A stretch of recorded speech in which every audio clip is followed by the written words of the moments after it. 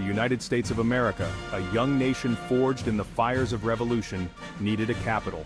After the Revolutionary War, the newly formed nation required a permanent seat of government, a place to call its own. This essay explores the historical reasons behind the selection of Washington, D.C., a city that would become a powerful symbol of American democracy. The decision of where to locate the capital was not an easy one. It sparked intense debates among the Founding Fathers, reflecting the regional and political divisions of the time. The choice of Washington, D.C. as the capital was the result of a series of compromises and considerations that shaped the future of the nation. The story of how Washington, D.C. came to be is a fascinating journey through American history. It highlights the challenges of nation building, the art of compromise, and the vision of the Founding Fathers. Join us as we delve into the historical context, the debates, and the eventual selection of this iconic city. The Founding Fathers recognized the need for a capital city that could embody the ideals of the new nation. A central location, independent of any particular state, was deemed essential to symbolize unity and neutrality. The capital would serve as the physical embodiment of the federal government, distinct from the individual states. Prior to the establishment of Washington, D.C., the Continental Congress met in various cities, including Philadelphia and New York City.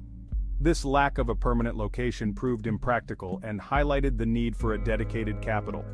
The absence of a fixed capital made it difficult to establish a sense of national identity and hampered the efficiency of the government. The Founding Fathers envisioned a capital city that would inspire awe and respect, reflecting the aspirations of the young nation. They sought a location that would be accessible to all citizens and serve as a symbol of unity and strength. The debate over the location of the capital was fierce, reflecting the deep regional divisions that existed in the newly formed nation. Northern states, with their more developed economies, favored a capital located in the north. Southern states, on the other hand, pushed for a capital in the south, fearing northern dominance. Among the key figures in this debate were Alexander Hamilton, who favored a northern location, and Thomas Jefferson, who advocated for the south. Hamilton believed that a capital in the north would be closer to the nation's financial centers, while Jefferson argued for a more geographically central location. The debate over the capital's location was not merely about geography, it was about power and influence. The location of the capital would have significant economic and political implications for the North and the South. The decision would shape the balance of power between the regions for years to come. The impasse over the capital's location was finally broken through a political bargain known as the Compromise of 1790. This compromise, brokered by Alexander Hamilton and Thomas Jefferson, linked the location of the capital to the issue of federal assumption of state debts. Under the compromise, the southern states agreed to support Hamilton's plan for the federal government to assume the debts incurred by the states during the Revolutionary War. In exchange, the northern states agreed to the location of the permanent capital on the Potomac River, closer to the south. The Compromise of 1790 was a pivotal moment in American history. It not only resolved the contentious issue of the capital's location, but also laid the foundation for a strong federal government. By assuming state debts, the federal government asserted its authority and fostered a sense of national unity. Section 5. The Potomac, a river runs through compromise. The Potomac River, flowing between Maryland and Virginia, emerged as the site of the future capital. The selection of the Potomac River as the site of the capital was not arbitrary.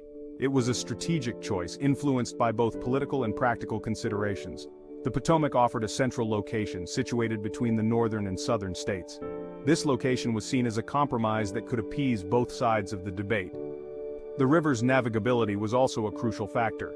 It provided access to the Chesapeake Bay and the Atlantic Ocean, facilitating trade and communication. Moreover, the Potomac River region held personal significance for George Washington, the nation's first president. Washington, a Virginian, owned land in the area and believed in the region's potential. His influence and familiarity with the Potomac played a significant role in its selection as the site of the capital. Section 6. A city designed for democracy, L'Enfant's vision. The task of designing the capital city was entrusted to Pierre Charles L'Enfant, a French-born architect and engineer. L'Enfant envisioned a grand city inspired by European capitals, but designed to reflect the ideals of American democracy. His plan featured wide avenues, spacious parks, and imposing public buildings, all carefully laid out to create a sense of grandeur and order. L'Enfant's design was ambitious and visionary. He incorporated elements of the Baroque style with its emphasis on symmetry and grandeur, but adapted them to the American landscape and the principles of democracy. His plan included a grid system of streets intersected by diagonal avenues, creating open spaces and vistas. The city was named in honor of George Washington, further solidifying its symbolic importance. The cornerstone of the Capitol building was laid in 1793, marking the beginning of the city's construction. Section 7. District, not a state. The unique status of Washington, D.C. was established as a federal district, separate from any state, to ensure its neutrality and independence.